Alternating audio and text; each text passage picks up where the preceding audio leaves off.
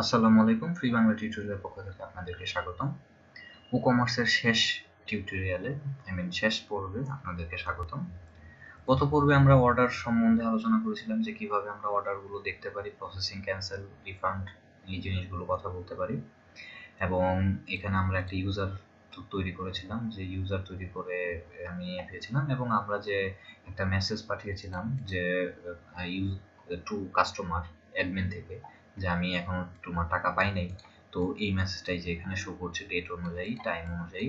তো এইভাবে আমরা আসলে অর্ডার আপডেট যেটা, তো এইভাবে আমরা ইউজারের সাথে, কাস্টমারের সাথে যোগাযোগ করতে পারি এবং এইভাবে আমাদের সেলগুলোকে ম্যানেজমেন্ট করতে পারি। তো যেটা হলো যে আমার এইটা গেল সেল ম্যানেজমেন্টে।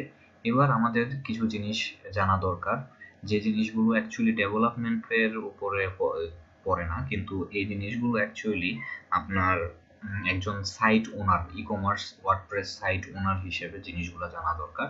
সেটি হচ্ছে রিপোর্টস। সো রিপোর্টস, আপনার ই-কমার্স মেনুর আন্ডারে রিপোর্টসে যদি আমরা যাই, তাহলে এখানে আমরা দেখতে পাবো যে আমাদের ইয়ারলি কত টাকা সেল হয়েছে সেইটার একটা গ্রাফ আমরা এখানে দেখতে পাবো। আমরা চাইলে এখানে লাস্ট মান্থেরটা দেখতে পারবো, দিস মান্থেরটা দেখতে পাবো, লাস্ট 7 ডেজেরটা দেখতে পারবো। আপনি চাইলে আপনার কাস্টম ডেট অনুযায়ী সেটা দেখতে পারবেন এবং এক্সপোর্ট অ্যাজ এ সিএসভি তে ফরম্যাটে এক্সপোর্ট করতে পারবেন।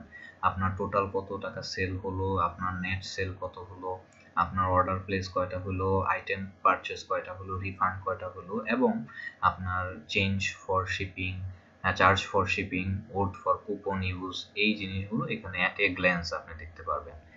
এখানে আমরা যদি যাই, তাহলে আমরা দেখব যে সেলস বাই প্রোডাক্ট, এবং প্রোডাক্ট, একটা প্রোডাক্টে স্পেসিফিকভাবে যদি সার্চ দিয়ে আপনি এখানে দিতে চান, সেই স্পেসিফিক প্রোডাক্টটা কতবার সেল হয়েছে, একটা সেলার যদি থেকে থাকে তো সেই সেলার কতটা সেল করেছে, টপ ফ্রি নিউবি, ফ্রি যেই সাইটসগুলো রয়েছে সেটা কতবার হয়েছে, কত আর্নিং হয়েছে, সেই জিনিসগুলো ইয়ারলি, মান্থলি, 7 ডেজ অথবা কাস্টম ডেজ অনুযায়ী আমরা দেখতে পারবো।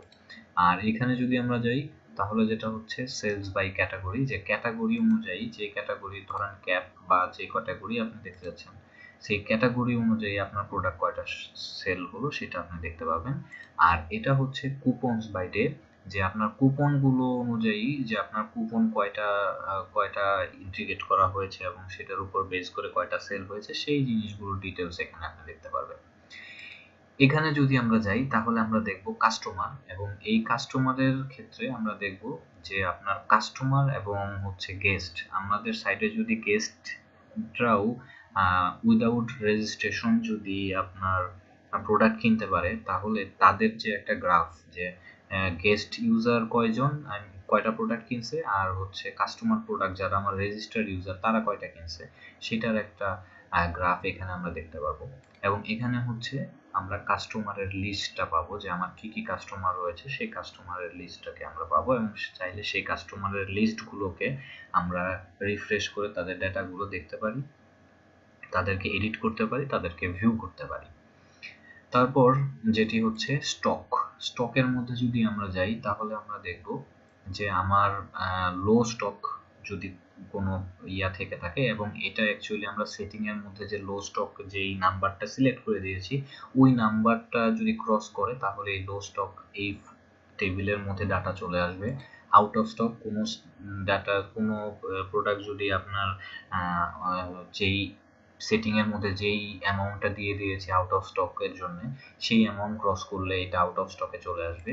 এবং মোস্ট স্টক, যে আপনার সবচেয়ে বেশি স্টকে থাকে বা আছে, সেই জিনিসগুলো এখানে শো করবে, যে যেগুলো আমার সবচেয়ে মোস্ট স্টকে আছে। তারপর হচ্ছে ট্যাক্স, যে আপনার ট্যাক্স, লাস্ট মান্থে ট্যাক্স বাবদ কত টাকা দেওয়া হয়েছে, কি শিপিং ট্যাক্স, এমনিতে ট্যাক্স, টোটাল ট্যাক্স, এই সব জিনিসগুলো এই একটা গ্রাফ এখানে শো করবে। তো এইভাবে আমরা পুরো আপনার ই-কমার্স সাইটটির একটি রিপোর্ট এখানে পেতে পারি, এভাবে পেতে পারি। এছাড়া আমরা হোমের মধ্যে যখন যাব, এই হোমে অ্যাট এ গ্ল্যান্সে আমাদের এখানে এই এরিয়াগুলোর মাধ্যমেও আমরা অ্যাট এ গ্ল্যান্স আপনার একটি ওভারভিউ জানতে পারবেন যে আপনার ই কমার্সে বা আপনার ই কমার্স সাইটটিতে কি ধরনের অ্যাক্টিভিটি চলতেছে।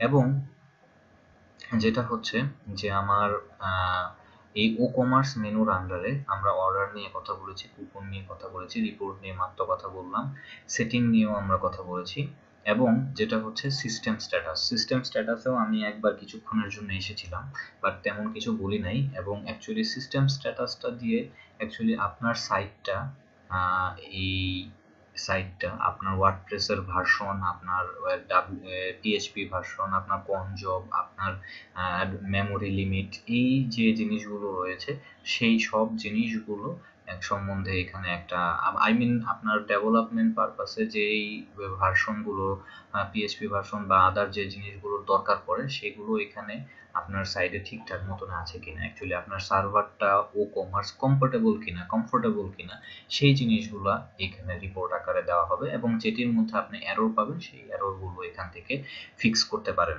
এবং এখানে কিছু তাদের টুলস রয়েছে যেই টুলসের মাধ্যমে আপনার ব্রাউজারটাকেই কমফোর্টেবল করতে পারেন। আপনার যদি কোনো রিসেট কোনো কুকিজ বা এই ধরনের কোনো কিছু থেকে থাকে বা এই ধরনের কোনো প্রবলেম করে থাকেন, তাহলে এই টুলসগুলো, বিভিন্ন টুলস রয়েছে যেই টুলসের মাধ্যমে আপনি এখানের আপনার সাইটের স্পিড, আপনার ইউজার এক্সপিরিয়েন্সটাকে আরো ভালো করতে পারেন।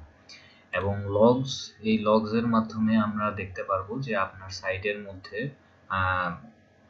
অ্যাক্টিভিটিগুলা কি ধরনের হয়েছে এবং কেমন ধরনের অ্যাক্টিভিটি হয়েছে। তো এইগুলোর মাধ্যমে আমরা এই ব্যাপারগুলো দেখব। টুলস এবং লগস, সিস্টেম স্ট্যাটাস এখানে এই পর্যন্তই। এরপর হচ্ছে অ্যাডন্স আমরা ও কমার্স ওয়েবসাইটের মধ্যে যখন এই এক্সটেনশন যে মেনুটি রয়েছে সেই এক্সটেনশন মেনুটির মধ্যে যে প্লাগইনগুলো রয়েছে, যেগুলো কিছু ফ্রি কিছু প্রিমিয়াম, তো সেই প্লাগইনগুলোই অ্যাকচুয়ালি এখানে লিঙ্ক করা। এবং আপনি যদি এগুলোর এক একটার মধ্যে ক্লিক করেন তাহলে আপনাকে তারা ও কমার্স ওয়েবসাইটের মধ্যে রিডাইরেক্ট করে নিয়ে যাবে।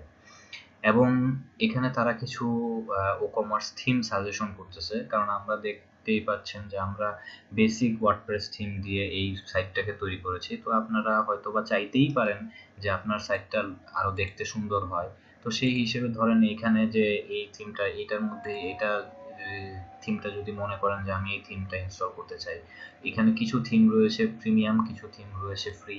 সো আপনি চাইলে সেই ফ্রি থিমগুলো ইউজ করতে পারেন, আপনি চাইলে প্রিমিয়াম থিমও কিনতে পারেন। এবং থিমের জন্য আপনার ও কমার্স অথবা থার্ড পার্টি আরো অনেক ওয়েবসাইট আছে, সেখান থেকেও আপনি দেখতে পারেন। তো এটা হচ্ছে আপনার থিমের ডেমোটা। তো যদি আপনার এরকম একটা থিম পছন্দ হয়, এই ধরনের থিম আপনি যদি ইউজ করতে চান, তাহলে আপনি এরকম ভাবে ইউজ করতে পারেন।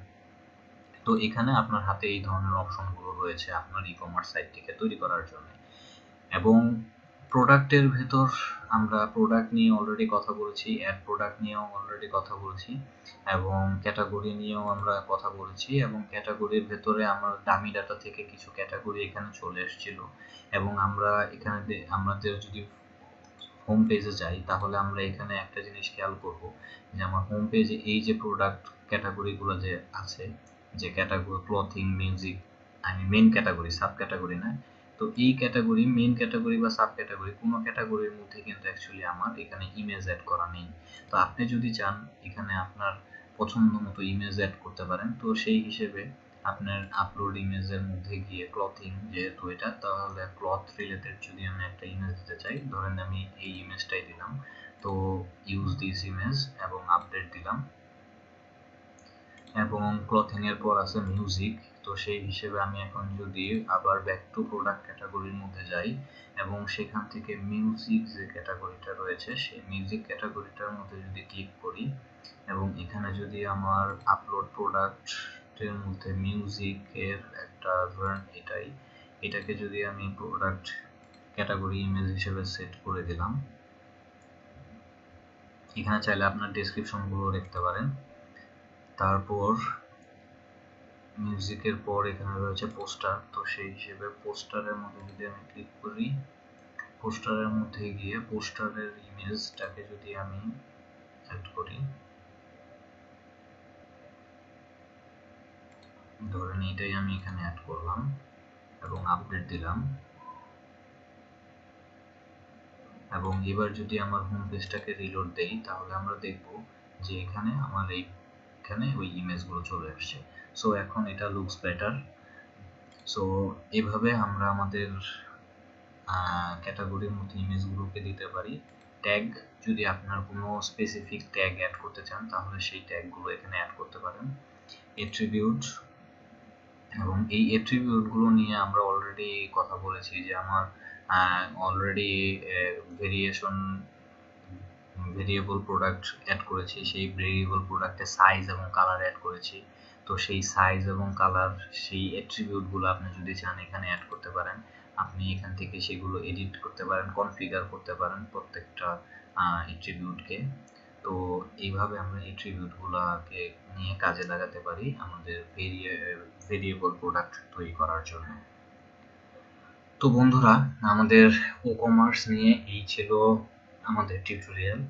তো পুরো টিউটোরিয়ালটিতে হয়তো বা অনেক জায়গায় আমি ভুল করেছি, অনেক জায়গায় আপনাদেরকে অনেক বিরক্ত করেছি, এবং রিসেন্টলি আমি গতকালকে কাজ করার পর আজকে যখন টিউটোরিয়াল বানাতে বসেছি তখন দেখেছি যে ওয়ার্ডপ্রেসটাই ই কমার্সটা আপডেট হয়েছে। তো তাদের ইন্টারফেসটা অনেক কিছু, কয়েকটা জায়গায় তারা অনেক কিছু চেঞ্জ করেছে, যার কারণে আমার একটু বেগ পেতে হয়েছে জিনিসগুলো খুঁজে বের করতে, যার কারণে আমি দ্রুত আপনাদের সাথে সবকিছু শেয়ার করতে পারি নাই।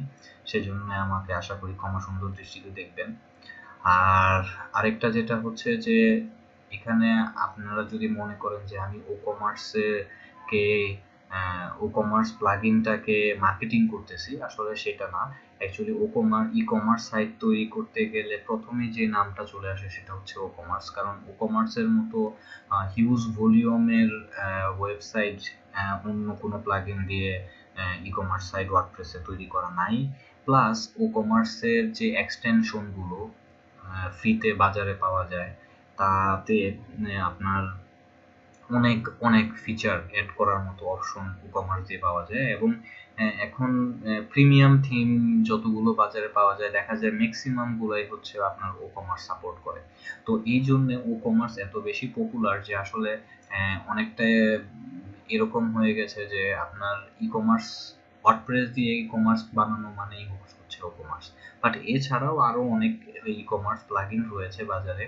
আমাদের বাংলাদেশেরই একটা ই কমার্স প্লাগইন রয়েছে দোকান। তো যেটা হচ্ছে যে ওই প্লাগইন গুলো যে আমি খারাপ সেটা আমি বলছি না, কিন্তু ওই প্লাগইন গুলোর তুলনায় আমাদের এই প্লাগইন, এই ই কমার্স প্লাগইনের রিসোর্স অনেক বেশি, ডকুমেন্টেশন অনেক বেশি রিচ। তো যাই হোক, এখন আপনি যদি অন্য কোনো প্লাগইন দিয়ে বেশি কমফোর্টেবল ফিল করেন you can move with that. But আমার এই টিউটোরিয়ালটি তৈরি করতে গিয়ে আমি অনেক ভুল ত্রুটি করেছি, অনেক কিছু ঠিক মতনে বোঝাতে পারি নাই। তো আশা করি আপনারা সবাই আমাকে সেটি ক্ষমা সুন্দর দৃষ্টিতে থাকবেন। এবং কোনো ব্যক্তি অথবা প্রতিষ্ঠানকে আমি যদি নিজের অজান্তে অথবা জেনেই আমি যদি কোনোভাবে আঘাত করে থাকি বা কষ্ট দিয়ে থাকি তাদের কাছে আমি ক্ষমা প্রার্থনা করছি, কারণ আমি পারতপক্ষে কোনো ব্যক্তি বা প্রতিষ্ঠান নিয়ে কথা বলতে চাই না। তো সেই দোষগুলো আপনারা ক্ষমা সুন্দর দৃষ্টিতে দেখবেন। আশা করি কিছুদিনের মধ্যেই আবার নতুন আরেকটি টিউটোরিয়াল নিয়ে আপনাদের সামনে হাজির হতে পারবো। সেই পর্যন্ত সবাই ভালো থাকবেন। ধন্যবাদ সবাইকে।